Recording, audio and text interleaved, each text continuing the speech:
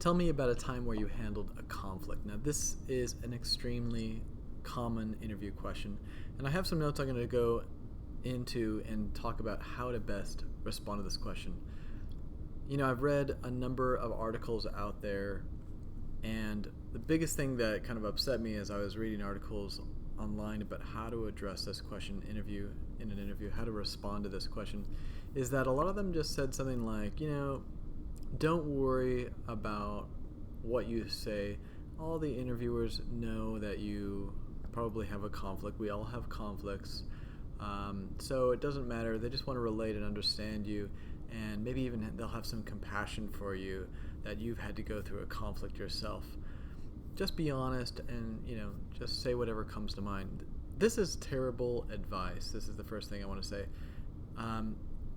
The notion that whenever you hear advice like just be honest, be very skeptical, because yes, there's absolute truth in the notion of just being honest. It's great to be honest in an interview, but I want you to be strategically honest, and that's something that I will say over and over again. It's not about just being honest. I will never forget the time I interviewed a candidate and they were so brutally honest with me that the moment they told me the truth about their life, it was like, well, thank you so much for being honest. You've really helped me make sure that I will never ever hire you, and I hope you leave now. It was something they revealed to me that was just so shockingly honest that I just thought, well, I wouldn't have said that if I were you, but hey, you've really helped me. So yeah, if you're the candidate and you're really honest, a lot of times it's going to help the interviewer, but it's not necessarily going to help you. So be careful of that kind of stuff. You have to be really selective about the type of conflict you talk about, and selective about who was involved and how you talk about it. You can't just discuss the story and what happened to you and let it go. And that's, I think, where a lot of people make mistakes with this response, is that they choose a story which shows that they were the receiver of a negative experience. Maybe they were, you could even say, a victim of some sort of bad thing that someone did to them. And then they go into that story and how unfair it was, and this person did this to me. For instance, I've heard once about a boss, let's say, well, my previous boss never paid me for, they didn't pay me a few paychecks, or they didn't submit for a few paychecks, and I was, basically edged out of some money. I didn't receive the full pay. This was unfair. I told her that I demand that and I deserve that for working overtime, and she said, no, we all have to work overtime, and it ended up that I had to go and talk to HR, and they wouldn't give me the money, and so this becomes it starts to sound like a grievance in the middle of the interview.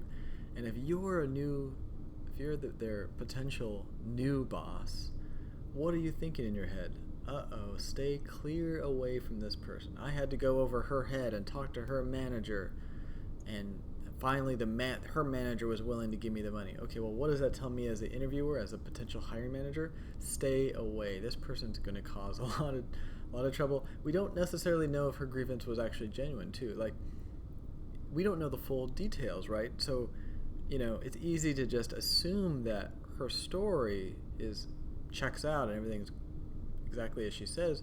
But a lot of times people who have a lot of conflicts in their life are folks that may not be aware of the kind of conflicts that they're creating, or the kind of problems they're creating. So again, we haven't talked to her previous boss. We don't know whether or not she really did have that grievance, and if it was completely the boss's fault or if it was her fault. And so rather than playing judge here, most interviewers are just going to be like, I think I'll have to pass because this is too complicated for me.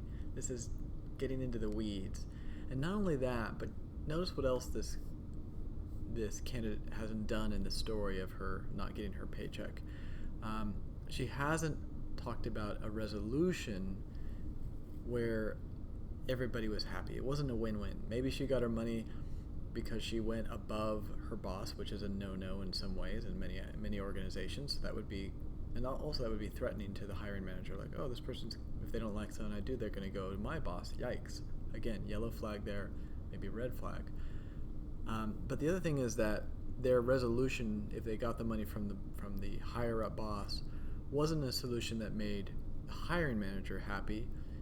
Probably there was still that conflict. So the conflict was basically unresolved between her and the person she had the conflict with.